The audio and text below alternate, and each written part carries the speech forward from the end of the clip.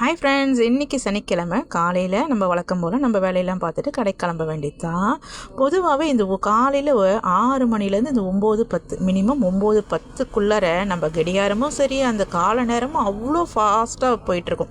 அது வெளியில் வேலைக்கு போகிறவங்களா இருந்தாலும் சரி, வீட்டில் வேலை செய்கிறவங்களா இருந்தாலும், வீட்டில் இருந்து வேலை செய்கிறவங்களா இருந்தாலும் சரி, அந்த டைம் மட்டும் நம்மளால் பேலன்ஸே பண்ண முடியாதுங்க. எப்படியா இருந்தாலும் 5 நிமிஷம் 10 நிமிஷம் லேட் ஆகிடும். அந்த காலையில் 6 மணிலேருந்து இந்த 9-10 மணிக்குள்ளார என்னமோ உலகமே அவ்வளோ ஒரு ஸ்பீடாக நல்ல மெட்ரோ ட்ரெயின் மாதிரி ஓடும்.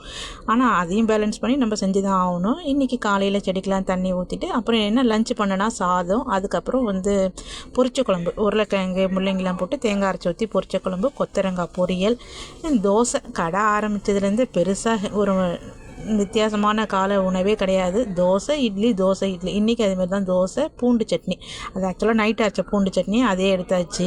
அதுக்கு மேலே நமக்கே மணி ஆகிடுச்சின்னு நினச்சிட்ருக்கோம். இந்த சூரியன் வேறு வீட்டுக்குள்ளேயே புகுந்து டைம் ஆயிடுச்சு கிளம்பு அப்படின்னு சொல்கிற மாதிரி எப்படி அடிக்குது பாருங்கள். அப்படியே அவள் ஸ்க்ரீன் இழுத்து விட்டு அவள் சின்னதாக ஒரு மேக்கப், நம்ம மேக்கப் என்னங்க எப்பயும் போல் ஒரு ஃபேர் அண்ட் லவ்லி, ஒரு பான்ஸ் பவுடர், அது வேஸ்ட் ஆகாமல் அந்த ஷால்லே அடித்து மூஞ்சில் தொடச்சிக்கிறது.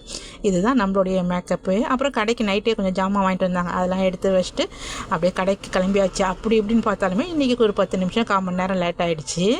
ஓகே, பாய்.